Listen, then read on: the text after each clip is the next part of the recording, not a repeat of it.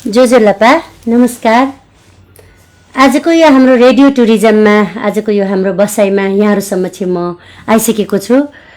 मैले आज यहाँ विशेष पाहुनाको रूपमा हामीले निम्त्याएको छु। कीर्तिपुर, हाम्रो कीर्तिपुर, राम्रो कीर्तिपुर, सफा कीर्तिपुर, ऐतिहासिक मौलिकता बोकेको हाम्रो कीर्तिपुर किपु टुरिज्ममा यहाँलाई स्वागत छ। म राज्यलक्ष्मी। आज मैले हाम्रो यस्तो एक विशेष पाहुनालाई यहाँ निम्त्याएको छु यहाँहरूको अगाडि।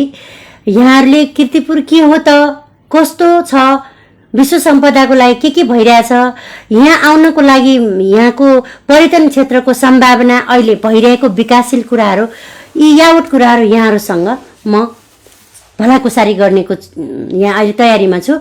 आजको हाम्रो विशेष पाहुना रहेको छ हाम्रो कानुनविद, पर्यटनविद अनि कीर्तिपुरकै स्थानीयवासी हाम्रो सुजिन्द्र महर्जनजी हुनुहुन्छ। उहाँसँग आज हामी आधा घण्टाको बसाइमा सम्पूर्ण कुराहरू अगाडि पस्किनेछौँ। यहाँलाई स्वागत छ सुजिन्द्रजी। नमस्कार जोजोलपा। अब यहाँ आजको लागि हजुरको महत्त्वपूर्ण समय यहाँ आइदिनु भयो, त्यसको लागि धन्यवाद। मैले यहाँ सुरुवात गर्दै थिएँ, हाम्रो कीर्तिपुर ऐतिहासिक कीर्तिपुर, एउटा ऐतिहासिक कीर्तिपुर भएर पनि विकासशील हाम्रो यो राष्ट्रमा एउटा कुनामा रहेको भान भइरहेको छ। यो आखिरमा हाम्रो पर्यटन क्षेत्रबाट किन ओझेल भएको होला? मुख्यतः कीर्तिपुर सम्पदाको हिसाबले, पर्यटकीय आकर्षण, पर्यटकीय उपजहरूको हिसाबले, सबै हिसाबले कीर्तिपुर अगाडि भएर पनि अलिक पछाडि पर्नुको मुख्य कारण चाहिँ मलाई लाग्छ काठमाडौँमा उपत्यकामा कीर्तिपुर भन्दा ठुला सहर, कीर्तिपुर भन्दा बढी आकर्षण अथवा पर्यटकीय हिसाबले अगाडि रहेको ठाउँहरू काठमाडौँ कोर सिटी भयो, अनि भक्तपुर भयो, ललितपुर पनि काठमाडौँ उपत्यकामै भएको, त्यही उपत्यकाभित्र कीर्तिपुर रहेकोले अलिकति छायामा परेको हो। हजुर, छायामा परेको भएर पनि काठमाडौँ उपत्यकाको एउटा महत्त्वपूर्ण गन्तव्यको रूपमा विकास गर्न सकिन्थ्यो। तर त्यहाँ स्थानीय स्तरमा, कीर्तिपुरको स्थानीय स्तरबाट त्यसका लागि सामुदायिक पहल कदमी चाहिँ भएन, हुन सकेन। मुख्य कुरा यो दुईटा कारणले गर्दाखेरि हामी कीर्तिपुर चाहिँ पर्यटन विकासको एङ्गलबाट, कोणबाट पछाडि परेका छौँ। ए हजुर, भनेपछि हाम्रो यो कीर्तिपुर यति सुन्दर ऐतिहासिक स्थल छ। अहिले त्यहाँ बन्दै गरेको निर्माणाधीन युद्ध पार्क स्थल पनि देखिरहेको छु।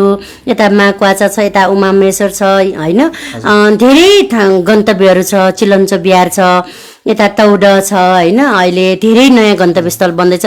भनेपछि यता चम्पादेवी, ढिनाजो डाँडा पनि छ। यस्ता सम्भावनाहरूलाई चाहिँ अब हजुर पनि एउटा पर्यटनविद भएको स्थानीय जनताहरूलाई चाहिँ अलिकति अगाडि ल्याउनको लागि, यो पर्यटन सम्भावनालाई एउटा उद्यमशीलता विकास गर्नको लागि के गर्न सकिन्छ, हजुरले भनिदिनुहुन्छ कि? मुख्यतया हजुरले भन्नुभयो जस्तो कीर्तिपुर नगरपालिका भरि चाहिँ पर्यटकीय रूपमा धेरै सम्भावनाहरू छन्। हजुर, त्यहाँ सम्पदाको हिसाबले सम्पदा पनि विभिन्न किसिमका मूर्त, अमूर्त, जीवन्त र इतिहासमा मात्रै कायम रहेका अथवा चाहिँ लोप भइसकेका, अथवा विभिन्न कथा सम्पदा पनि प्राकृतिक सम्पदा, हरेक कोणबाट चाहिँ कीर्तिपुर अगाडि छ। त्यो सम्पदा अथवा त्यो पर्यटकीय उपज, टुरिज्म प्रोडक्टलाई चाहिँ कीर्तिपुरले हामीले सेल गर्न सकेका छैन, छैनौँ। त्यसका लागि मुख्य चाहिँ अब कीर्तिपुरमा एउटा अभाव चाहिँ ठुला व्यावसायिक व्यावसायिक घरानाहरू पनि कीर्तिपुरमा प्रवेश भएन। एउटा कुरा यो भयो। अर्को सामुदायिक हिसाबले सरकारी हिसाबले पनि हामीले अगाडि बढ्न सकेनौँ। म तपाईँलाई एउटा सानो उदाहरण दिन्छु। अहिले कीर्तिपुरमा खानपिन अथवा रेस्टुरेन्ट व्यवसाय एकदम फस्टाउँदो क्रममा छ। व्यक्तिगत रूपमा पनि, सामुदायिक हिसाबले अथवा सामूहिक हिसाबले पनि धेरै मान्छेको त्यसमा आकर्षण बढ्या छ। मान्छेहरूको आवत जावत काठमाडौँ भ्यालीमा सबभन्दा बढी खानपिन राम्रो पाइने अथवा राम्रो रमाइलो गर्ने ठाउँ, खानपिन सहित रमाइलो गर्ने ठाउँको रूपमा कीर्तिपुरले आफ्नो पहिचान बनाउँदै गएको छ। तर कीर्तिपुरको त्यति मात्रै पहिचान चाहिँ होइन। कीर्तिपुरमा रहेका सबै किसिमको सम्भावनाका ढोकाहरू खुल्ला गर्नको लागि त्यहाँको स्थानीय सरकार, स्थानीय समुदाय, स्थानीय व्यवसायी सबैको सामूहिक प्रयास हुनु जरुरी छ। मुख्यतया यो कार्यक्रम मार्फत म के चाहिँ आफ्नो कुरा राख्न चाहन्छु भन्दाखेरि, विशेष गरी कीर्तिपुर नगरपालिका क्षेत्रको समुदाय लेभलमा काम गर्ने, सामुदायिक तवरले काम गर्ने अहिले पनि त्यो खालको प्रचलन छ त्यो खालको सम्भावना छ, त्यो खालको बलियो पक्ष कीर्तिपुरसँग छ। हजुर त्यसैलाई उपयोग गरेर हामी अगाडि बढ्नुपर्छ। हजुर मैले सानो एउटा एक्जाम्पल दिन्छु। जस्तै कीर्तिपुरमा जुन लहनाको नाम एउटा देशभरि मात्रै होइन, देश बाहिर पनि प्रख्यात छ। त्यस्तै गरी अहिले ससको नाम आइरहेको छ होइन। चोभारमा चाहिँ मञ्जुश्री पाग, जलविनायकको नामहरू आइरहेको छ। त्यो सबै चाहिँ एउटा चाहिँ व्यक्तिको नामबाट होइन, त्यो समुदायमा आधारित एउटा त्यो समुदाय अथवा समूहमा त्यहाँको सामाजिक चाहिँ संस्थाहरूबाट अथवा सामुदायिक रूपमा ती क्रियाकलापहरू अगाडि बढेका हुन्। र त्यस्तै खालका गतिविधिहरू नगरपालिका भरि जे सम्भावना छ त्यसलाई समातेर त्यसलाई चाहिँ अंगीकार गरेर अगाडि बढ्न सकिन्छ। मैले अहिले एउटा एक्जाम्पल दिन खोजेको, कीर्तिपुर नगरपालिकाभित्र 5-6वटा चाहिँ सामुदायिक वन छन्।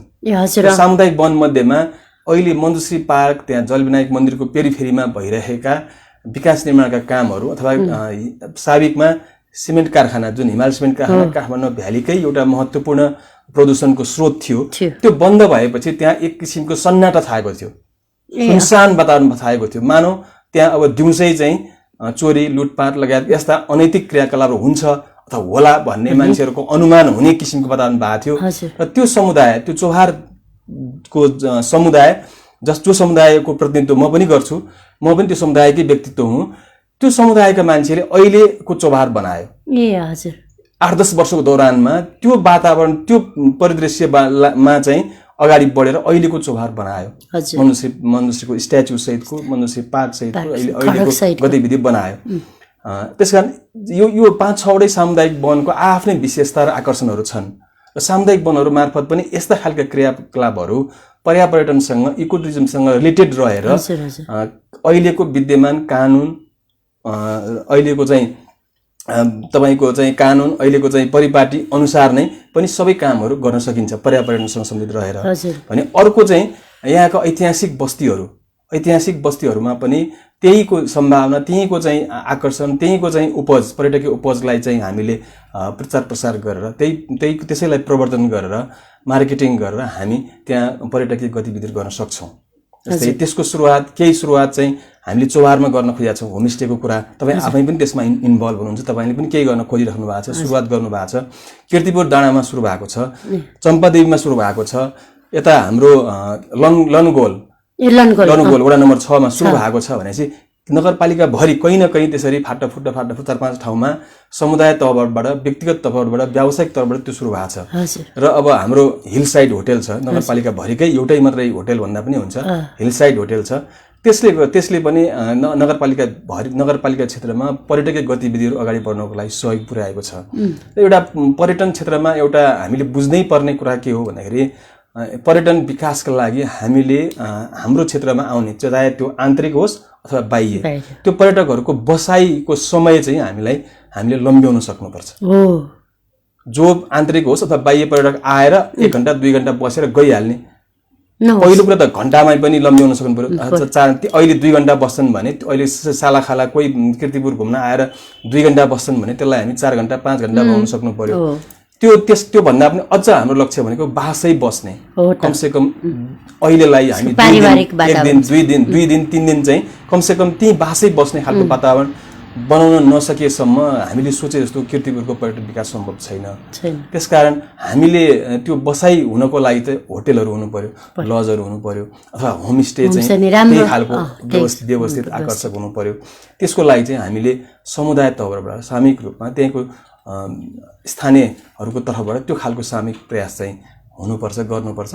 म आफैले पनि आफू सहभागी रहेको सामुदायिक संस्थाबाट, जलविनायक सामुदायिक संस्थाबाट भर्खरै मात्रै हामीले यो लकडाउनकै पिरियडमा हामीले एउटा चाहिँ होमस्टेको तालिम दोस्रो पटक गरेका छौँ। त्यसबाट एउटा चाहिँ स्टियरिङ कमिटी जस्तो बनाएको छौँ। त्यसबाट पनि हामीले चौहार क्षेत्रमा पनि होमस्टे सञ्चालनको लागि एक किसिमको तयारी, यो भूकम्प पछाडि हामीले सुरु गरिसकेका, भूकम्प अगाडि हामीले सुरु गरिसकेका थियौँ। भूकम्प आएपछि त्यो वातावरण बिग्रियो, त्यो होमस्टे सञ्चालन गर्ने स्थिति रहेन। र अहिले चाहिँ भूकम्प पछाडि एक किसिमको एक चरण पुनर्निर्माण काम सकिए पछाडि हामीले फेरि एउटा तालिम औपचारिक रूपमै तारागाउँ विकास समितिको सहयोगमा एउटा तालिम गरेर फेरि हामी त्यो शुभारम्भ गर्ने गरी तयारी गरेका छौँ। त्यसकारण यो खालको गतिविधि, यो खालको तयारी नगरपालिका भरि नै हामीले गर्न सक्छौँ। र त्यसका लागि स्थानीय सरकार भनेको नगरपालिका, वडा र जनप्रतिनिधिहरू त्यसमा एउटा चाहिँ प्रमोसनल रोल चाहिँ हुन्छ, निभाउनु पर्छ र निभाउने गरी तयारी पनि गर्नुभएको छ र त्यसैले गर्दाखेरि त्यसैको कारण चाहिँ नगरपालिका चाहिँ पर्यटकीय रूपमा अगाडि बढ्छ भन्ने मलाई लाग्छ। हजुर, थ्याङ्क यू सो मच हजुरको यो इन्फर्मेसनको लागि, धेरै कुरा जानकारीहरू गराउनु भयो। अब यसै गरी हामीले कीर्तिपुरमा यही कार्यक्रम मार्फत हाम्रो किपु भनेर पर्यटनमा जुन कार्यक्रमहरू मैले चलाउँदै गर्दाखेरि हाम्रो विदेशमा बस्नुभएका नेपाली, नेवारी सम्पूर्ण कल्चर कीर्तिपुरको बारेमा यति धेरै इन्फर्मेसन रहेछ, हामीले एकदमै आउन मन लाग्यो भनिरहेछ। भनेपछि अब उहाँहरूको लागि व्यवस्थित तरिकाले बस्नको लागि अहिलेसम्म मैले जानकारी पाएसम्म 24 वटा मात्रै होमस्टे छ भन्यो। अब त्यसलाई हजुर पनि एउटा कानुनविद पनि हुनुहुन्छ, पर्यटनविद पनि हुन्छ, यिनीहरू सबैलाई नियमन गरेर एउटा व्यवस्थित तरिकाले अब आउन साथै एउटा पर्यटन सूचना केन्द्र एउटा कीर्तिपुरमा एउटा म्यापिङ गर्ने, अनि त्यहाँ आएर खान आउने मान्छेलाई पनि हजुरहरूले चाहिँ एउटा सपिङ मतलब त्यहाँ जस्तो त्यहाँ टुरिस्टहरूको लागि अथवा इन्टरनल अथवा आउटबाट आउनुभएको हाम्रो गेस्टहरूको लागि पनि एउटा त्यहाँ सोभिनियर सप जस्तो त्यसो राख्ने हजुरहरूको विचार छ कि छैन? यो राख्दाखेरि हजुरको जुन हाम्रो कीर्तिपुरलाई राम्रो बनाउने र हरेक धनी बनाउने, आर्थिक समृद्ध बनाउनुको लागि परेका छौँ नि, यसको लागि भइरहेको छ, तर अहिलेसम्म पनि यो कामलाई चाहिँ पर्यटन बोर्डबाट पनि ढिलासुस्ती भइरहेको छ। आखिर किन होला यसमा? हजुर, धन्यवाद तपाईँको प्रश्नको लागि। वास्तवमा अघि नै सुरुमा भने जस्तो कीर्तिपुरमा जुन सम्भावना छ, जे सम्भावना छ त्यो सम्भावना भए अनुसार अथवा एक किसिमले भन्दाखेरि कीर्तिपुरको चाहिँ क्षमता जुन लेभलमा छ सम्पदाको हिसाबले, आकर्षणका हिसाबले त्यसको उपयोग हुन सकेका छैन र त्यो कुरा सबैले महसुस गरेको स्थिति छ र अहिले आएर ढिलै भए पनि स्थानीय सरकारको रूपमा रहेको कीर्तिपुर नगरपालिकाले तपाईँले भन्नुभएको जस्तै नगरपालिका क्षेत्रमा प्रवेश गर्ने बित्तिकै प्रवेशद्वारसँगै नै यो इन्फर्मेसनको लागि, सूचना केन्द्र स्थापना गर्ने भनेर भवन करिब बनाउन सकिएको छ। पर्यटनसँग सम्बन्धित नेपाल सरकारको पर्यटन मन्त्रालयको सहयोगमा गेट बन्यो, प्रवेशद्वार बन्यो। त्यही प्रवेशद्वारसँगै नगरपालिकाको आफ्नै स्रोतबाट सूचना केन्द्र बनाउने र सूचना केन्द्र कसरी सञ्चालन गर्ने भन्ने विषयमा पनि नगरपालिकामा टेन्टेटिभ प्लान बनेको छ। त्यति मात्रै होइन, नगरपालिकाले 2 वर्ष जति भयो जस्तो लाग्छ मलाई, ठ्याक्कै टाइम त याद भएन, नगरपालिकाले समग्र कीर्तिपुरको पर्यटन विकास चाहिँ कसरी गर्ने भनेर पर्यटन गुरुयोजना, पर्यटनविदहरूको सबैको सहयोगमा पर्यटन गुरुयोजना पनि बनाएको छ। त्यो गुरुयोजना चाहिँ कीर्तिपुरको मात्रै नभएर अझ कीर्तिपुरसँग जोडिएका छिमेकी नगरपालिकाले पनि समेटेर त्यो गुरुयोजना बनेको छ। त्यो गुरुयोजना चाहिँ नगरपालिकाकै नेतृत्वको चाहिँ आफ्नो इच्छा शक्तिको कारण त्यो बनेको भएर पक्कै पनि त्यो कार्यान्वयनको क्रममा छ। र यो सूचना केन्द्रको कुराहरू, म्यापिङको कुराहरू जुन तपाईँले भन्नुभयो, अनि यो होमस्टे लगायतका चाहिँ गतिविधिहरूलाई प्रवर्धन गर्ने कामहरू पनि यही चाहिँ यो हाम्रो टुरिज्म प्लान, डेभलपमेन्ट प्लान अन्तर्गत नै भइरहेको हो।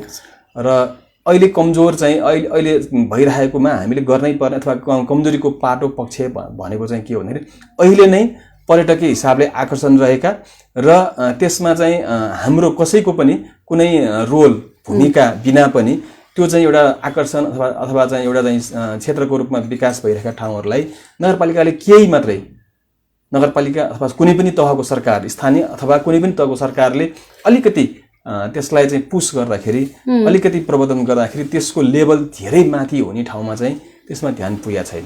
हजुर, त्यो संरक्षणको पाटोबाट होस् अथवा प्रवर्धनको पाटोबाट अब ध्यान पुर्याउन चाहिँ के गर्नु? म उदाहरण दिन्छु। जस्तै काठमाडौँ उपत्यकाको एउटा मात्रै प्राकृतिक र ठुलो पोखरी भनेको तौदा पोखरी छ। तर तपाईँलाई थाहा छ तौदाको स्वरूप अहिले के हुँदै गएको छ?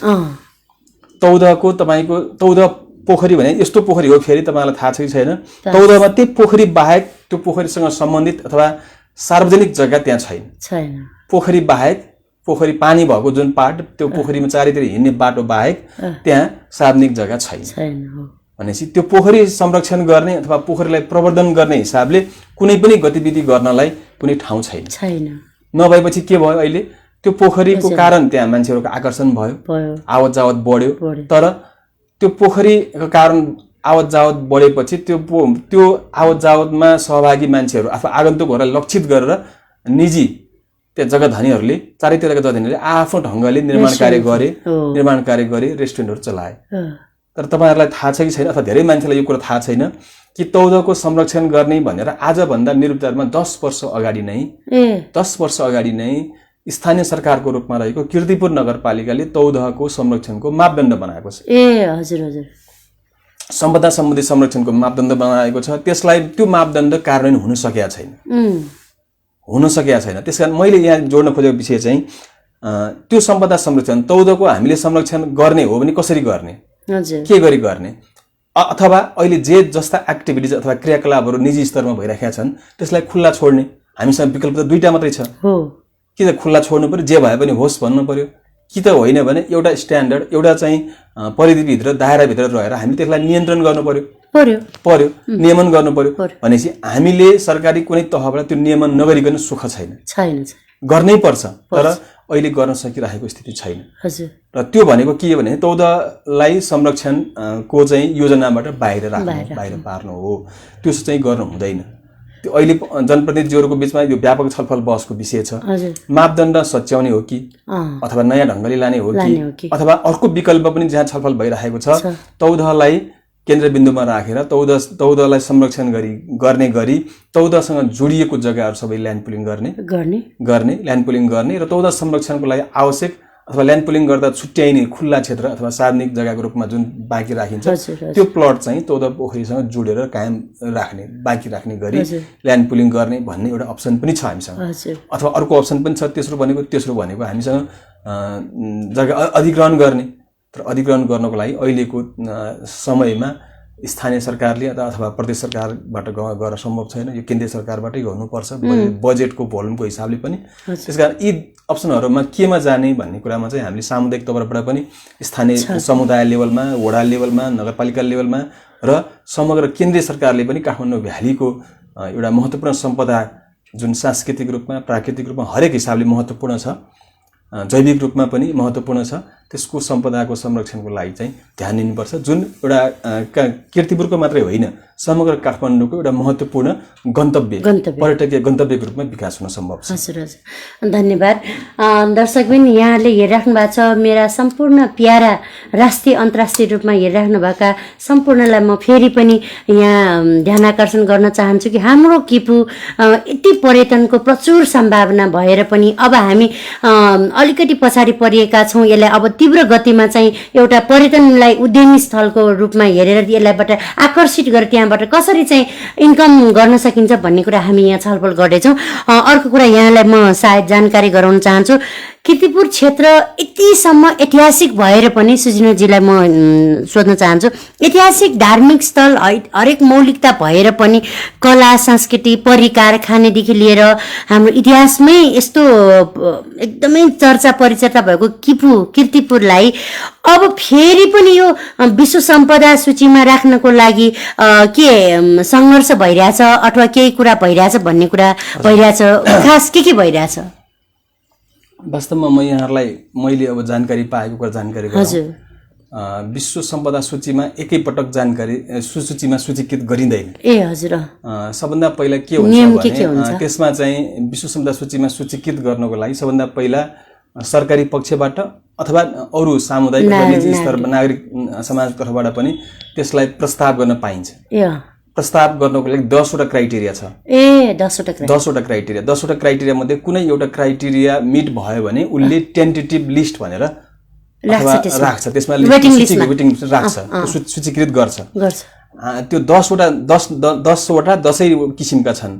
10 वटा मध्येमा हाम्रो कीर्तिपुरको सेटलमेन्ट, कीर्तिपुरको बस्ती, कीर्तिपुरको मन्दिरहरू चाहिँ त्यो 10 वटा चाहिँ क्राइटेरिया मध्येमा तेस्रो, चौथो र छैठौं को चाहिँ क्राइटेरिया अनुसार चाहिँ त्यो टेन्टेटिभ लिस्टमा सूचीकृत गरिएको छ। त्यो चाहिँ सूचीकृत कहिले गरिएको भन्दाखेरि 64 साल माघ 16 गते सूचीकृत भयो।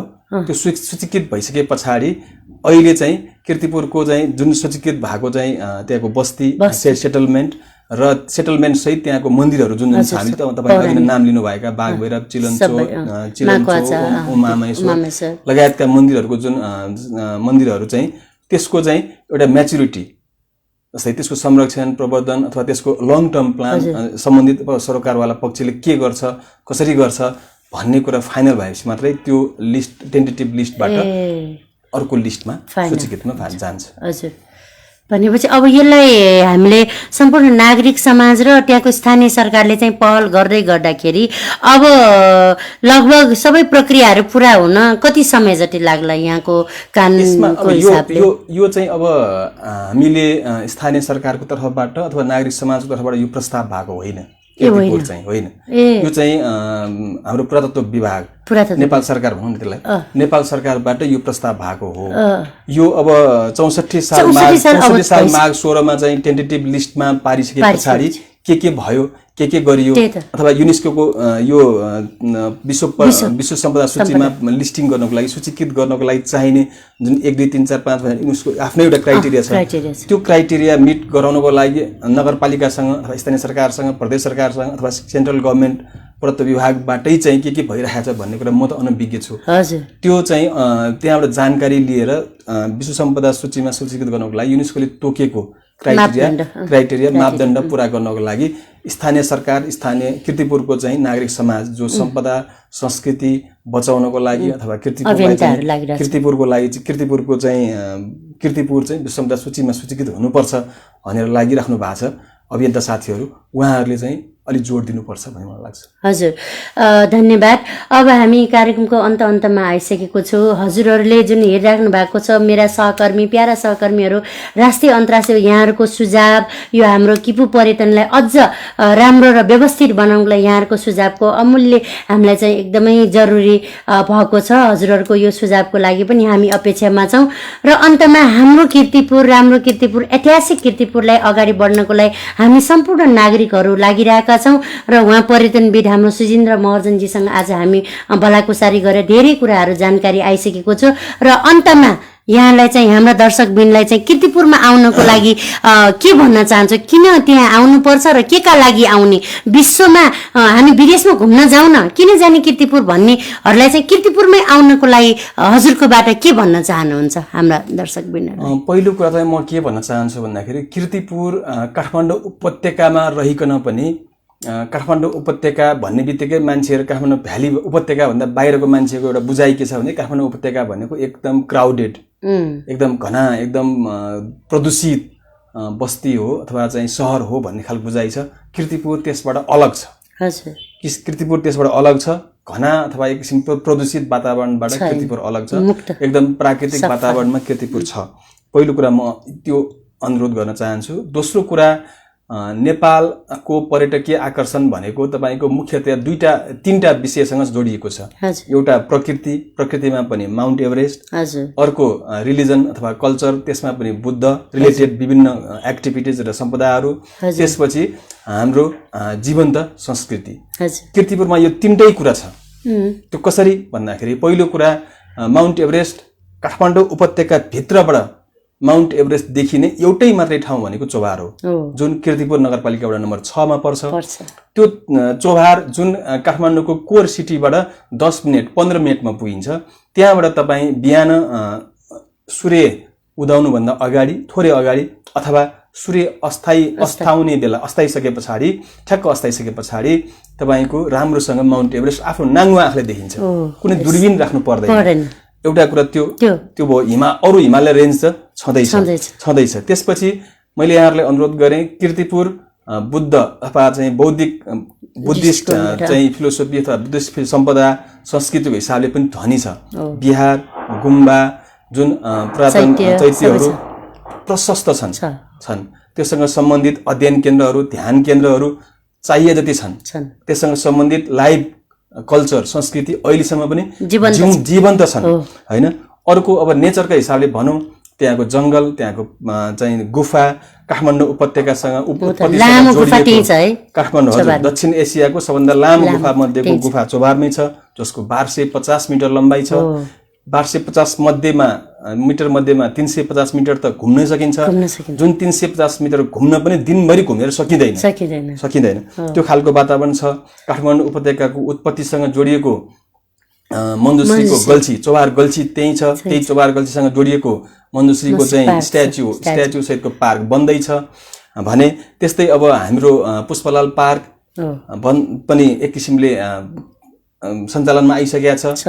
अरु जातीय संग्रहालयको बनाउने काम हुँदैछ, युद्ध स्मारक पार्क बन्दैछ भनिसकेपछि कीर्तिपुरमा प्राकृतिक रूपले यो बुद्धसँग सम्बन्धित हरेक सम्पदा अथवा चाहिँ कल्चरको हिसाबले अथवा सगरमाथासँग सम्बन्धित हुनुको ठाउँको नाताले पनि कीर्तिपुर तपाईहरु कोही पनि चाहे त्यो कीर्तिपुर नेपाल देशभित्रका नेपाली हौं अथवा आन्तरिक पर्यटक हौं अथवा विदेशी पर्यटक कीर्तिपुरमा आउनुपर्छ। र अर्को चाहिँ सबभन्दा आकर्षणको विषय भनेको अहिले बस्नको हिसाबले होटल हामीसँग सीमित छ। हामीसँग अहिले 40-50 सीटको होटल क्षमता भए पनि होमस्टे हामीसँग निकै रफ्तारमा बढिरहेको छ। हामीले आवश्यक सेवा दिन सक्छौं, क्वालिटीको होमस्टे सेवा हामीसँग छ, समुदायमा आधारित होमस्टे सञ्चालन भएको छ। र त्यो सँगसँगै खानाको परिकारको हिसाबले खानाको व्यवस्थापनको हिसाबले पनि होमस्टेकै खाना हुने भयो भने त्योभन्दा बाहिर एउटा चाहिँ व्यावसायिक परिकारहरू खाने व्यावसायिक सेवाबाट चाहिँ खाना हामीले लिने हो भने पनि त्यस्तै खालका चाहिँ आकर्षक रेस्टुरेन्टहरू लहना सस लगायतका चाहिँ विभिन्न रेस्टुरेन्टहरू समुदायमा सानातिना रेस्टुरेन्टहरू पनि जुन हामीले परम्परागत रूपमा हामी अपेक्षा गरेका चीजहरू कीर्तिपुरमा एकदमै राम्रोसँग सुलभ ढंगले सहज ढंगले पाउन सक्छौं। त्यसकारण तपाईहरु कीर्तिपुरमा एकपटक आउनुपर्छ, आउनुस् भनेर म अनुरोध गर्न चाहन्छु। हस्, धन्यवाद सुजिन्द्रजीलाई, धेरै धेरै धन्यवाद। रेडियो टुरिज्ममा उहाँ आफ्नो अमूल्य समय दिएर यतासम्म हाम्रो स्टुडियोसम्म आइदिनु भयो, त्यसको लागि हार्दिक आभार गर्न चाहन्छु, शुभा भन्न चाहन्छु। र आजको यो कार्यक्रममा यहाँहरूले कीर्तिपुर क्षेत्रलाई पर्यटन क्षेत्रको प्रचुर मात्रा सम्भावना भएको र ऐतिहासिक स्थलमा चाहिँ यहाँहरू रमणीय स्थलमा चाहिँ आउनको आग्रह गरे आजको यो कार्यक्रमबाट म पनि ओझेल हुन चाहन्छु। हस्, नमस्कार, शुभ दिन।